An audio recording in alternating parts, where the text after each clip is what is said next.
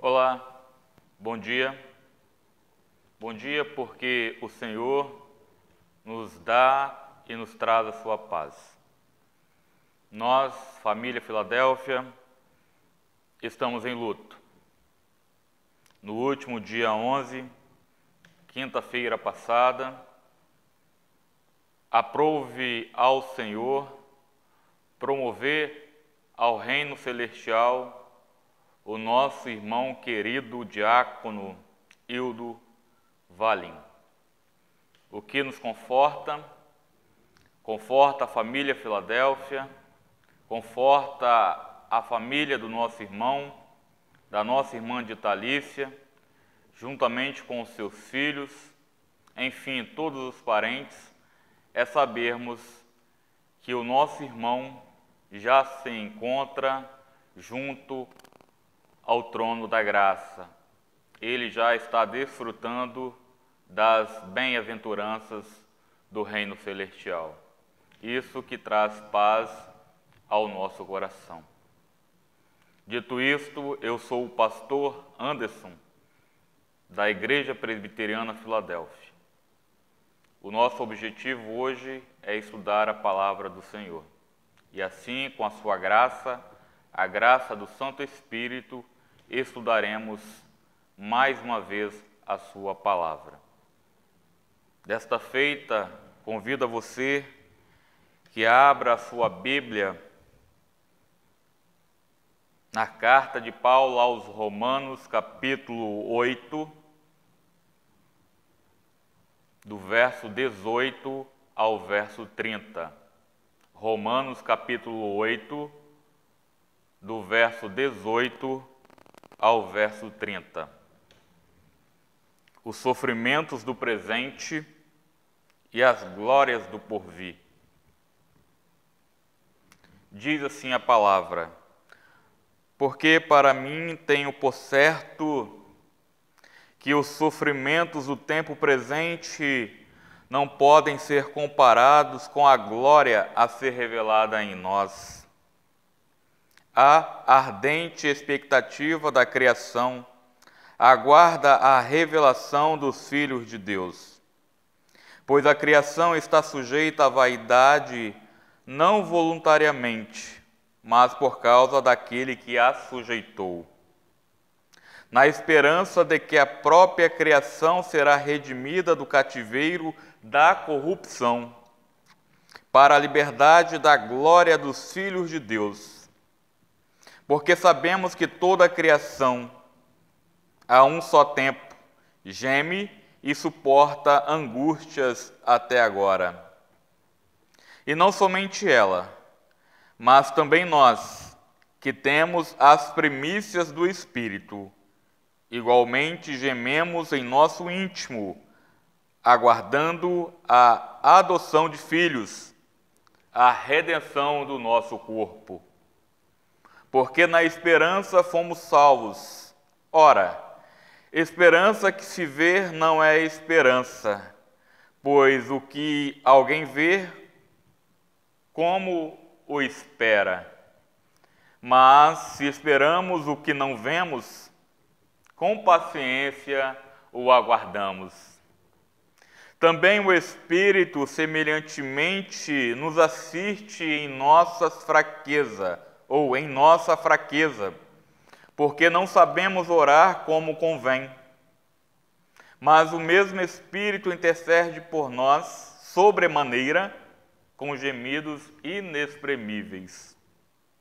E aquele que sonda os corações sabe qual é a mente do Espírito, porque segundo a vontade de Deus é que ele intercede pelos santos. Sabemos que todas as coisas cooperam para o bem daqueles que amam a Deus, daqueles que são chamados segundo o seu propósito.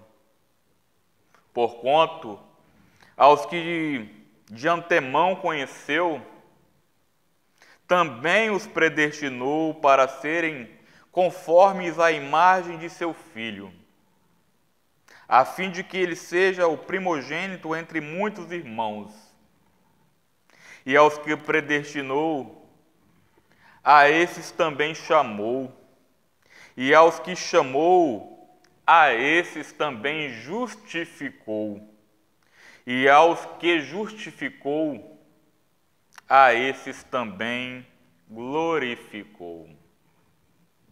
Louvado seja o Senhor pela sua palavra. Louvado seja o Senhor, porque ela, a sua palavra, nos conforta e traz esperança para o nosso coração. Vamos orar? Deus bendito, louvado seja o Senhor. Obrigado por este dia, ó Pai. Nós agora te pedimos a tua orientação, pedimos a tua graça, para que sejamos abençoados pelo Senhor. A todos quantos estiverem agora vendo, assistindo esta aula, que possam aprender do Senhor e relembrar aquilo que já aprenderam. Nós te pedimos, ó Espírito Santo, a tua iluminação, a tua assistência. No nome de Cristo Jesus. Amém. Queridos, antes de passar ao nosso estudo da Escola Bíblica Dominical, vamos louvar ao Senhor com o hino 192 do nosso inário. Hino 192, No Céu com Jesus. Cante aí no seu lar, juntamente com a sua família. Junto ao trono de Deus preparado, há cristão lugar para ti. Há alegria perene ao seu lado, há profusas delícias ali, sim ali, sim ali. De seus anjos fiéis rodeado, numa esfera de glória e de luz, junto ao Pai nos espera Jesus. O nosso Pai, o nosso Redentor, na pessoa do seu Filho bendito, nos aguarda junto ao trono. Isso também é um grande conforto para nós, porque o nosso irmão Hildo já desfruta junto ao trono de Deus.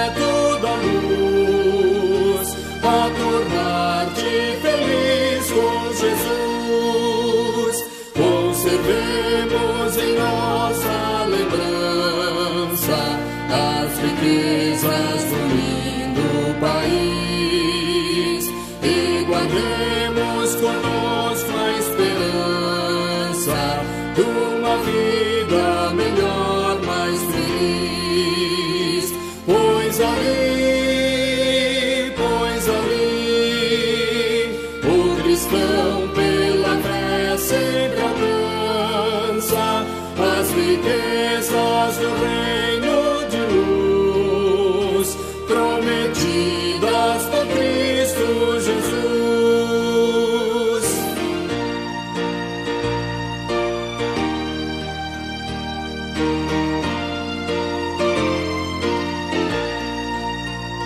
Quem quiser desfrutar da aventura que no belo país haverá, é somente pedir de alma pura que de graça Jesus lhe dará. Pois dali,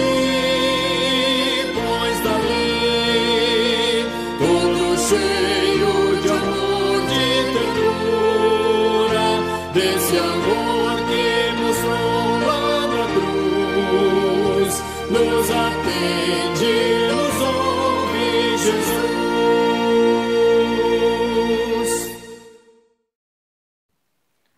O tema da nossa aula será: para onde vão as almas? Você já se perguntou para onde vão as almas? Você já se perguntou qual é a visão majoritária do cristianismo com relação a essa temática? O nosso texto base se encontra no Evangelho de Lucas, capítulo 23, verso 43. Lucas 23, verso 43, quando Jesus profere palavras de esperança e salvação para aquele malfeitor que se encontrava ali na cruz também crucificado. Diz assim Lucas: Jesus lhe respondeu: em verdade te digo que hoje estarás comigo no paraíso. Em verdade te digo que hoje estarás comigo no paraíso. Palavras que Jesus disse após o malfeitor pedir: lembra-te de mim quando vieres no teu reino. Então, o que acontece com o nosso corpo quando nós morremos? Lógico que nós vamos ser sepultados. Nós seremos levados para a sepultura. Contudo, e o nosso espírito? Qual é a sua visão com relação a isto? Ele fica junto ao seu corpo na sepultura, dormindo um sono profundo, como apregoam alguns segmentos? Não, não é isso. Não é essa a visão majoritária do cristianismo, principalmente para nós reformados. Após a morte, queridos, nós sabemos que o corpo vai para a sepultura e o espírito vai para aquilo que nós chamamos na teologia de estado intermediário. No estado intermediário, os salvos, aqueles que já morreram, já experimentam a continuação da existência pessoal, ou seja, da sua existência. E ainda mais, a pessoa estar consciente na presença de Cristo. Então já quebra a tese de que a alma fica juntamente com o corpo em um sono profundo na sepultura. A visão majoritária do cristianismo não crê nisso. Se crê que o espírito de imediato vai até a Deus e ali já está experimentando a sua existência, ou seja, não deixa-se de existir. E a pessoa continua consciente na presença de Cristo. Por isso não é correto supor que no estado intermediário,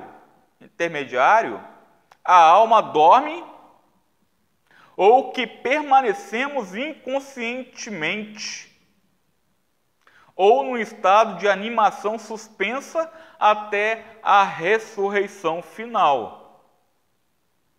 Então, não é correto supor isso, essa tese, que a alma dorme, ou que nós permanecemos, ou as pessoas que já morreram permanecem inconscientes, ou num estado de animação, aguardando o dia da ressurreição final. O estado intermediário, o que nós chamamos na teologia, é o estado do morto entre a morte e a ressurreição. Ou seja, entre o corpo na sepultura e a alma já no lar celestial junto a Deus. Porque no último dia, quando Cristo retornar e quando acontecer a ressurreição, então a alma novamente se unirá ao corpo. Então a pessoa se levantará do túmulo e se encontrará com o seu Redentor. Então, isso é o estado intermediário. É o estado entre o morto e a morte e a ressurreição.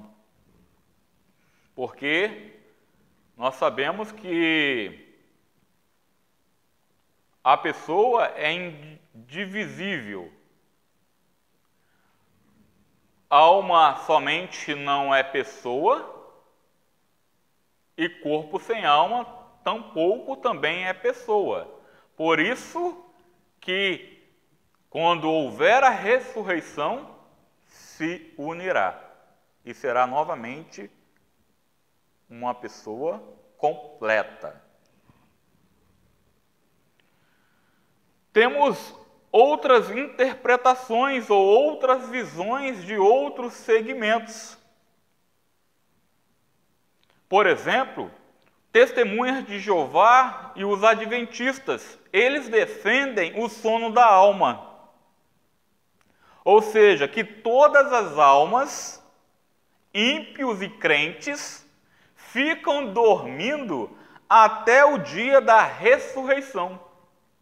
Então, esses segmentos, Testemunhas de Jeová e Adventistas, eles defendem o sono da alma, coisa que nós não fazemos e nem acreditamos. Eles dizem que não importa se é ímpio ou se é crente, todos ficam dormindo. A alma fica juntamente com o corpo dormindo na sepultura até o dia da ressurreição. E só acordarão juntamente com o corpo no dia do juízo final. E os católicos? Os católicos acreditam e sustentam que as almas ficam no lugar chamado purgação, ou aquilo que nós conhecemos de purgatório. Essa é a visão da Igreja Católica, sustentando que as almas não ficam lá dormindo na sepultura, mas vão para um local chamado purgatório. E essa doutrina, na qual se defende que todos os que morrem em paz com a Igreja, olha que aberração, podemos até chamar assim. Essa doutrina, eles a defendem e dizem que todos os que morrem em paz com a Igreja, não é com Cristo não, todos que morrem em paz com a Igreja, mas que não são perfeitos, devem passar por um sofrimento punitivo. Ou seja, morreram eram católicos, professavam a fé católica, contudo não morreram em paz com a igreja. Mas que não são perfeitos. Aí sim eles devem passar por um sofrimento punitivo e purificador. Aí, naquilo que eles chamam de estado intermediário ou reino intermediário, conhecido como purgatório. Por outro lado, eles dizem, os católicos, a doutrina católica, que apenas aqueles crentes que alcançaram um estado de perfeição cristã,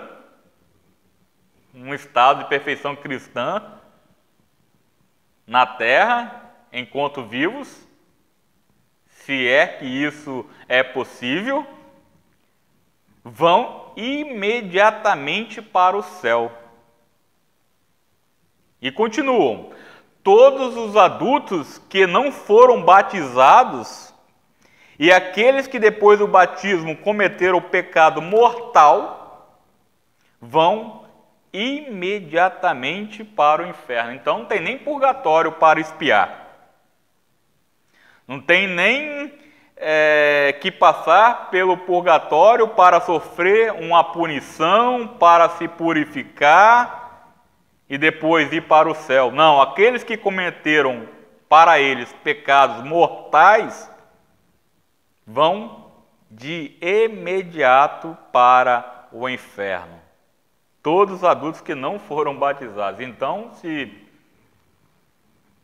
na visão deles, se o adulto que não foi batizado morrer, cometer o pecado mortal e já era. Tchau e benção. Inferno. Passa nem pelo purgatório para expiar. Isso é uma aberração. O texto que nós vimos que Jesus ofereceu perdão, que Jesus disse para o malfeitor: hoje mesmo estarás comigo no paraíso, e tampouco aquele malfeitor foi batizado, não é verdade? Seguindo. E a visão dos judeus e igreja medieval? A visão dos judeus e a igreja medieval, eles sustentavam que a alma depois da morte ficava num estado de semiconsciência.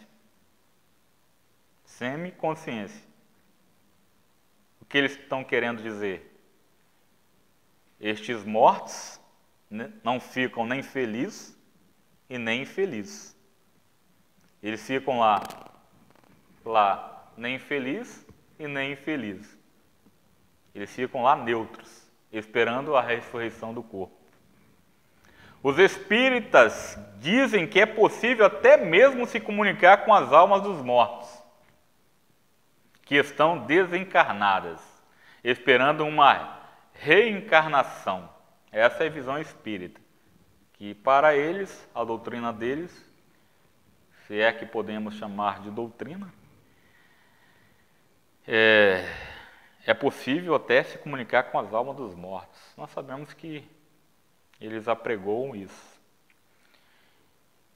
E que os mortos, as almas dos mortos que estão desencarnadas, esperam uma reencarnação numa próxima vida. Contudo, queridos, o que nos importa aqui é entender o ensino bíblico sobre o lugar para onde vão as almas dos mortos. Para onde vão as almas dos mortos? Nós sabemos que, e já dissemos, visão majoritária cristã, a nossa visão, que o corpo fica na sepultura e a alma vai de imediato para Deus e já entra em alegria eterna com o Senhor e com os demais irmãos que partiram em Cristo. Então nós veremos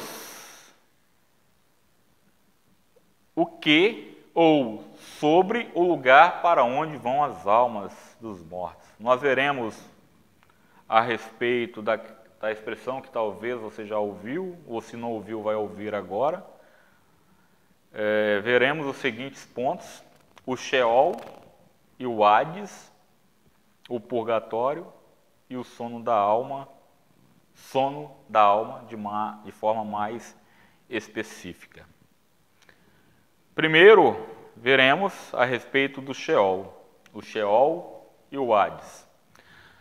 Nós sabemos que o Antigo Testamento fala pouco acerca do estado das almas depois da morte. O Antigo Testamento quase não fala pouco a respeito das almas depois da morte.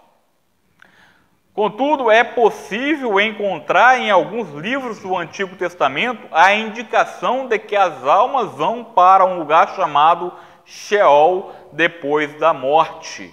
Sheol, uma expressão em hebraico. Sheol comumente significa sepultura. Se você ler, nós vamos oferecer alguns textos. Se você ler na Escritura, vai aparecer sepultura, sepulcro, nunca vai aparecer a expressão Sheol. Lógico que não vai aparecer, porque nós temos a nossa tradução em português. Mas se você pegar a versão em hebraico, você vai ver a expressão Sheol. Então, Sheol significa sepultura. Então, quando a pessoa morre, fica nítido que a pessoa irá para a sepultura e a alma para o Senhor.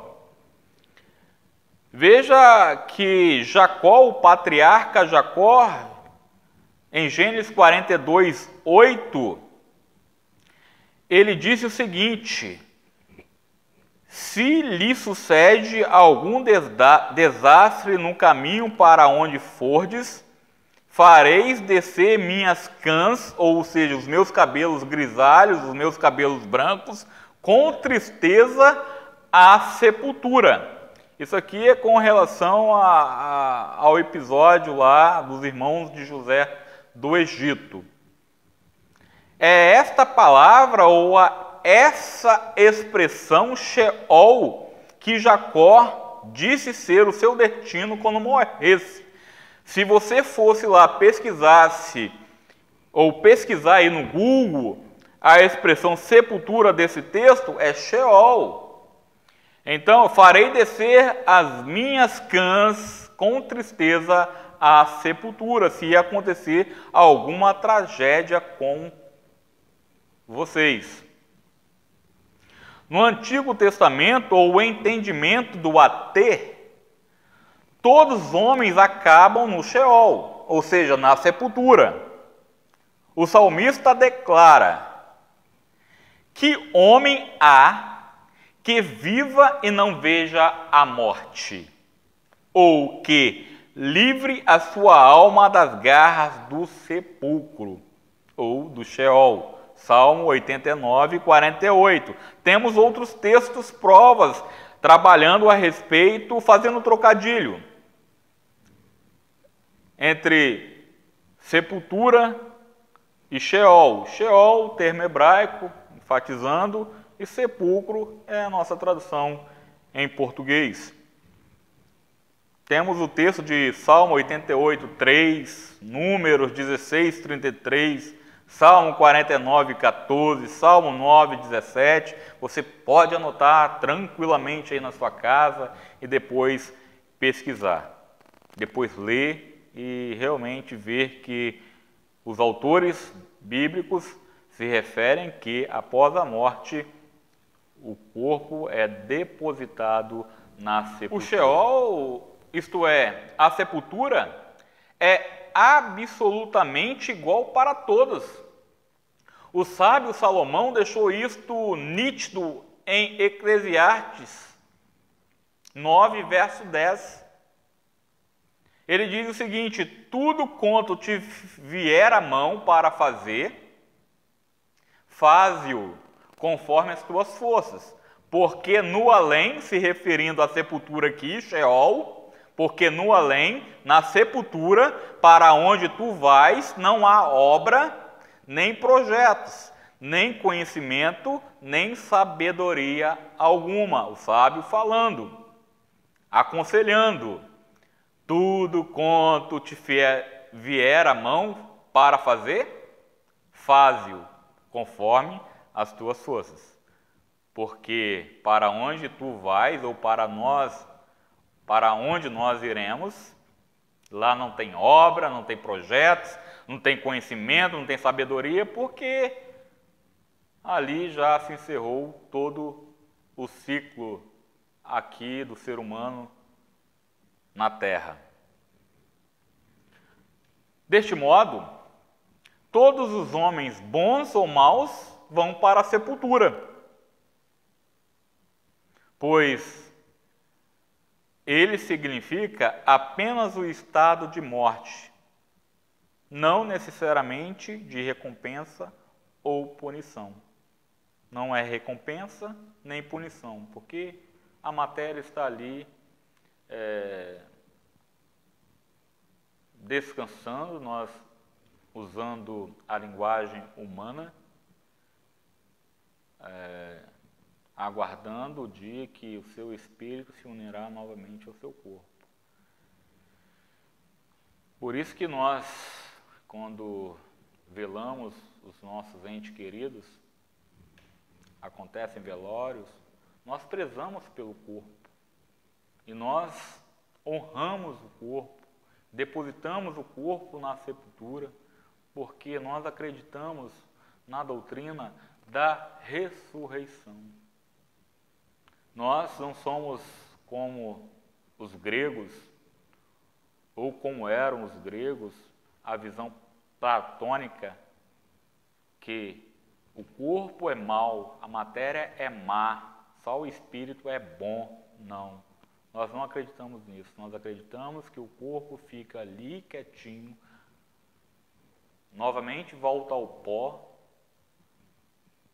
e depois, quando Cristo retornar, no dia da ressurreição, novamente a pessoa se levantará ali com a sua alma unida e com seu corpo glorificado. Então, queridos, nós vimos a respeito da sepultura, do Sheol. O Antigo Testamento fala pouco a respeito. E agora nós vamos ver a expressão Hades. Acredito que você já ouviu também a expressão Hades. Se o Antigo Testamento usa a palavra Sheol para definir o lugar dos mortos, o Novo Testamento usa a palavra Hades. Antigo Testamento, hebraico. Novo Testamento, grego. Então, o Novo Testamento usa para se referir à sepultura a expressão Hades, e também usa a expressão Hades para se referir. Agora tem uma pequena diferença. A expressão Hades, além de sepultura, também pode se referir ao lugar de tormento e ao local de sofrimento que eu disse, e até mesmo se referindo a inferno, como no caso ali da história que Jesus contou. Uns dizem que é uma parábola, outros dizem que não é, mas nós não vamos entrar nesse detalhe, a questão do rico e do mendigo.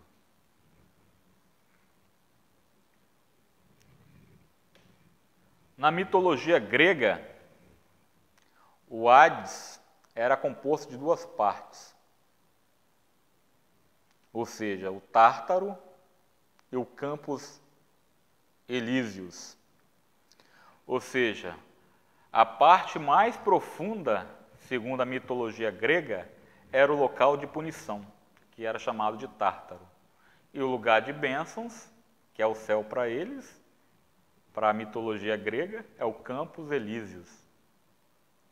Contudo, é difícil encontrar essa ideia no Novo Testamento, pois o Hades também significa lugar de punição no Novo Testamento. Por exemplo, o rico da parábola que Jesus contou foi para o Hades, no inferno. Estando em tormentos, levantou os olhos e viu ao longe a Abraão e Lázaro no seu seio. Então, como eu afirmei lá atrás, a expressão Hades no Novo Testamento pode se referir à sepultura e também pode se referir ao local de punição e sofrimento. E podemos encontrar até a expressão no inferno, como registrado por Lucas na parábola que Jesus contou, ali em Lucas 16, 23. Temos outros textos, Mateus 11, 23 e Mateus 23, 33. Todos esses textos sugerem que, para o NT, ou seja, o Novo Testamento, o Hades é o lugar de punição, ou seja, o inferno. Agora veremos a respeito do purgatório. O purgatório. A doutrina difundida pela Igreja Católica Apostólica Romana. A mais conhecida doutrina católica sobre o estado intermediário é o estado intermediário é a do purgatório. Isso deve ser refutado por nós, porque isso contraria por demais as Escrituras. Sabe por quê? Essa doutrina que os católicos sustentam, a visão deles, há possibilidade de salvação após a morte. Para eles, as pessoas que não cometeram pecados mortais vão se redimirem lá no purgatório, vão expurgar e vão ter uma segunda chance para ir para o céu. Isso contraria demais as Escrituras. Segundo a teologia católica, só os verdadeiros santos vão diretamente para o céu, onde estão salvos para sempre, e somente os piores pecadores vão para o inferno, onde estão perdidos para sempre. Todos os demais homens vão para o purgatório. Isso só para os irmãos terem uma ideia dessa teologia que não condiz com a verdade e com aquilo que nós cremos. Aí eles dizem, depois que uma alma passa algum tempo sofrendo, as penas literalmente purgando seus pecados são perdoados, e assim podem ir para o céu. Quando as suas penas literalmente sendo purgadas, aí sim seus pecados são perdoados. Ué, como fica o sacrifício de Cristo na cruz para perdoar os nossos pecados? Como fica a intermediação de Jesus Cristo por nós, quando aqui estamos agora, quando nós pecamos? Não se sustenta essa tese. Nós sabemos que na Idade Média, a doutrina do purgatório foi muito útil para os cofres da Igreja Católica. Foi isso que Martinho Lutero combateu, refutou e até fixou lá em Wittenberg as 95 teses. Segundo o ensino oficial, ali na Idade Média, o Papa tinha poder para libertar as almas do purgatório e vendia esta libertação por alguma quantia de dinheiro. Isso ficou conhecida essa prática como venda das indulgências ou a venda do perdão de pecados. E o povo iletrado, o povo ignorante no sentido de conhecimento, porque só o alto clero tinha a Bíblia, então foi isso que levou Martim Lutero a protestar contra a Igreja Católica no seu tempo. Então, a doutrina do purgatório não tem qualquer respaldo bíblico. A Escritura não ordena que as pessoas façam qualquer coisa pelos mortos, nós sabemos disso. Tanto que nós não fazemos cultos pelos mortos, apenas os sepultamos, como fizemos com o nosso irmão Hildo. Temos esse texto em Deuteronômio 26, 13, 14, Levítico 19, 28, que é proibido, foi proibido ali na lei, ali de Deus, na época de Moisés e na nossa época também. Agora, o que é para ficar bem certo na nossa mente, a doutrina do purgatório é uma afronta à suficiência da obra de Cristo na salvação. É uma afronta à suficiência da obra de Cristo. Ou seja, acrescenta-se a necessidade de uma reparação humana. A Bíblia diz que aos homens está ordenado morrer ou morrerem uma vez, vindo depois disso o juízo. Portanto, quem já foi para o paraíso, o céu, ou para o inferno, não pode mais sair de lá. Acabou. Não tem aquilo que o pessoal fala da segunda chance. Agora nós vamos entrar no sono da alma. Algumas seitas insistem que as almas depois da morte ficam no estado de sono. Nós já dissemos que nós não acreditamos nisto e isso não tem respaldo bíblico. Ficam ali esperando o dia do juízo. Isso é a visão das testemunhas de Jeová e a visão dos adventistas. Essa doutrina é defendida por causa de algumas expressões usadas no Novo Testamento, como, por exemplo, o fato de Jesus ter dito que Lázaro dormia. Só que nós devemos estar cientes que Jesus usou ali o que nós podemos chamar de eufemismo. Jesus dizendo: ó, Marta, Maria, o seu irmão não bateu as botas. Ou seu irmão morreu. Não, o seu irmão está dormindo. É igual quando nós vamos dar uma notícia não boa, uma notícia triste, principalmente para pessoas que têm problemas de saúde. Falece uma pessoa da família, você não liga: ó, fulano de tal faleceu, hein? Você não diz isso. Você diz, pega o telefone com o maior cuidado e diz: ó, aquela pessoa, nosso amigo, ou nosso irmão, ou nosso parente tão querido, estava doente, como você bem sabe, infelizmente ele descansou. É assim que nós fazemos. Então, esses textos, pegar um texto desse e dizer que prova o sono da alma é desconhecer a linguagem, a própria língua portuguesa. Então, o fato de Jesus ter dito que Lázaro dormia significa que ele estava morto, ou seja, repousava ali.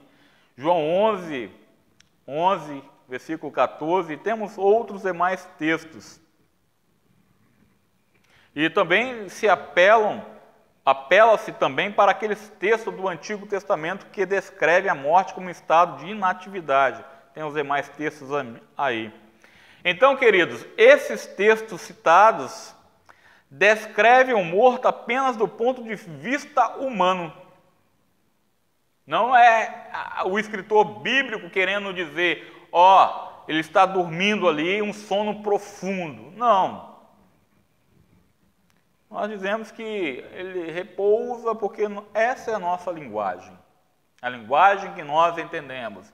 E sabemos que a Bíblia é inspirada, foi inspirada, escrita por homens inspirados por Deus, soprada até pelo próprio Deus a eles, mas nós devemos ter em mente que a Bíblia, as Escrituras foram escritas para serem lidas, lidas por seres humanos.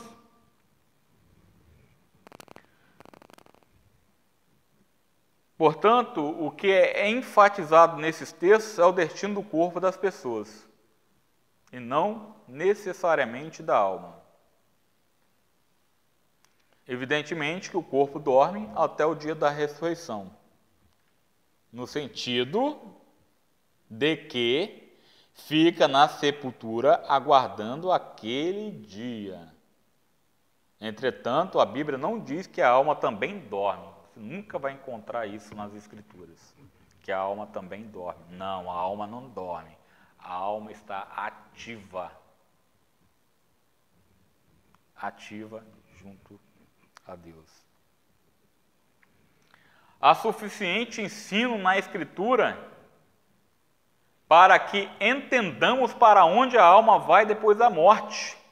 Jesus contou uma parábola, eu vou me referir novamente a essa parábola, que pode ser uma história, como eu disse, real, ou uma parábola. A saber, do rico e do mendigo Lázaro, na qual há explicações suficientes sobre o lugar das almas depois da morte. É possível ver que eles estão conscientes nessa história. Eles permaneceram no estado consciente. Um está no lugar de punição e o outro no lugar de recompensa. E não há possibilidade de saírem de onde estão. Então, esta parábola sozinha elimina tanto a questão do sono da alma quanto do purgatório. Não é verdade? Ah, pai Abraão, manda que vão até os meus parentes lá dizer. Não, quem está aqui não vai para lá, nem quem está lá vem para cá, não.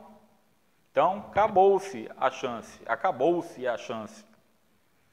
Então, isso prova que eles estavam conscientes, as almas estavam conscientes. Isso, então, elimina a tese do purgatório, elimina a tese do sono da alma. E existem outros textos que demonstram o estado consciente dos crentes após a morte. Vamos citar alguns. O ladrão que se converteu na cruz. Lucas 23, 43. A cena da transfiguração, quando Moisés e Elias foram vistos conversando com Jesus. Então, como a alma pode estar no túmulo, na sepultura, no Sheol ou no Hades, juntamente com o corpo, dormindo profundamente? E como ficam esses textos? Moisés e Elias conversando com Jesus na transfiguração. Impossível, não é verdade? Então, temos o texto de Mateus 17, leia na sua casa, do verso 1 ao verso 8, e outros textos também aí descritos, como Filemon e 2 Coríntios. Agora, queridos, eu encerro com um texto, prova, para enfatizar que as almas estão ativas no seio do nosso Deus, no lar celestial, no céu, nas mansões celestiais. Um texto que eu amo e prova e refuta qualquer teoria, qualquer tese, qualquer doutrina de purgatório, qualquer doutrina do sono da alma, profunda do sono da alma na sepultura. Esse texto é fantástico e eu convido a você que abra, por favor, nesse texto. Apocalipse 6, do verso 9 ao verso 11. Apocalipse 6, 9 a 11. Diz assim: quando ele abriu o quinto selo, vi debaixo do altar as almas daqueles que tinham sido mortos por causa da palavra de Deus e por causa do testemunho que sustentavam. Aqui, João dizendo que ele viu as almas debaixo do altar, as almas que foram martirizadas, aquelas almas das pessoas que foram testemunhas. Agora repare o verso 10. Olha só o que as almas suplicavam. Uma súplica das almas por justiça. Uma súplica das almas por justiça. Elas estavam dormindo, essas almas?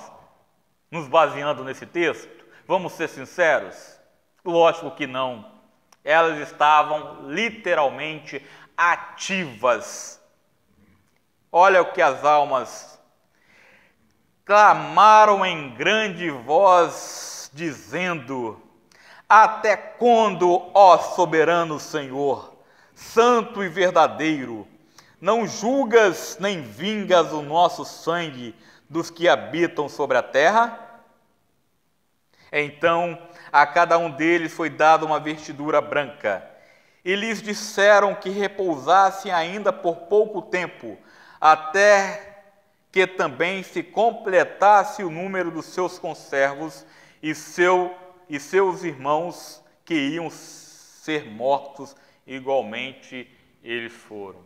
As almas literalmente ativas e ainda mais, suplicando por justiça, para que o nosso Deus, o soberano Deus,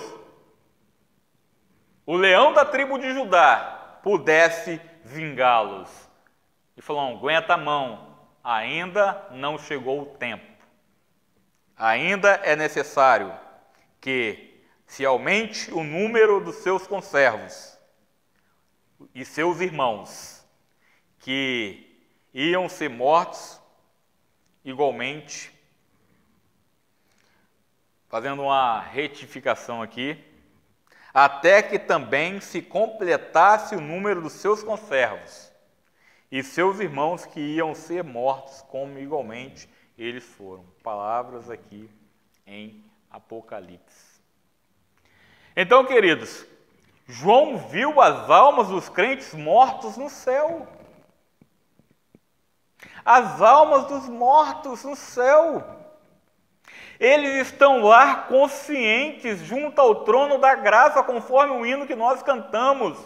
Isso é maravilhoso, isso deve encher o nosso coração de graça, de orgulho, de esperança.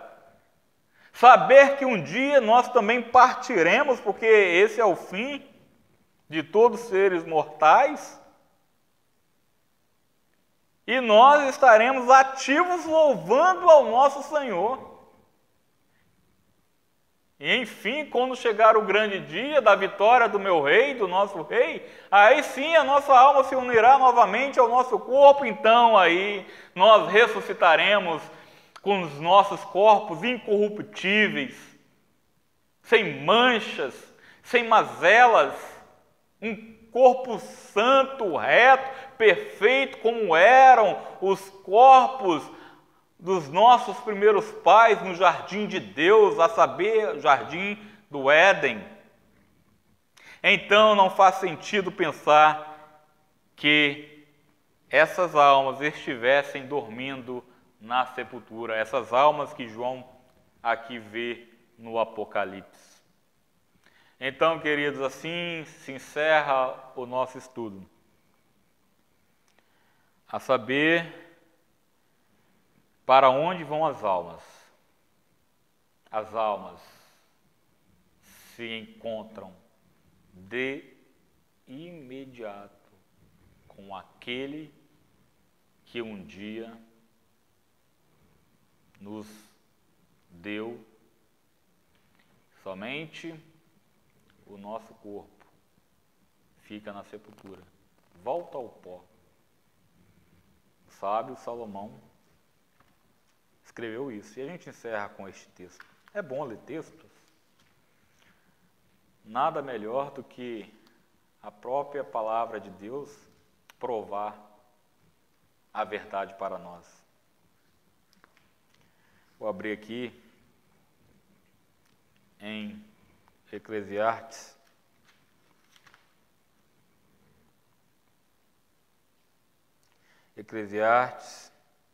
capítulo 12, verso 7. E o pó volte à terra como era, e o espírito volte a Deus que o deu. E o pó volte à terra. Nossa matéria é terra, é barro, porque fomos feitos de barro. E o pó volte à terra, como era. E o espírito fica onde? Na sepultura? Dormindo? É aqui, na sepultura, que a alma fica? Não. E o espírito, que é a alma, não vamos entrar nos detalhes, já chegamos no encerramento, nem é o tema da nossa lição, a questão dicotomia ou tricotomia, corpo, alma e espírito, ou somente corpo e alma. E alma e espírito nas escrituras é sinônimo, corpo e alma corpo e alma não. Espírito e alma é sinônimo nas escrituras. Então nós não vamos entrar nesse detalhe. Só está dizendo aqui que o espírito ou a alma volte a Deus que o deu. Então, assim se encerra o nosso estudo. Que Deus nos abençoe. Louvado seja o Senhor por isso. Vamos orar? Deus bendito, obrigado porque temos a esperança que quando partirmos, estaremos de imediato com o Senhor. Louvado seja o Senhor por isso. Entraremos diretamente diante do Senhor, lá no céu, no reino celestial, para assim louvar ao Senhor, exaltar ao Senhor, conhecê-lo. Obrigado, ó Deus bendito, pela oportunidade que o Senhor nos concedeu de estudar a Tua Palavra. Agora, nos ajuda neste dia, nos dando a Tua proteção e nos prepara para cultuarmos ao Senhor no culto vespertino. Em nome de Cristo Jesus. Amém.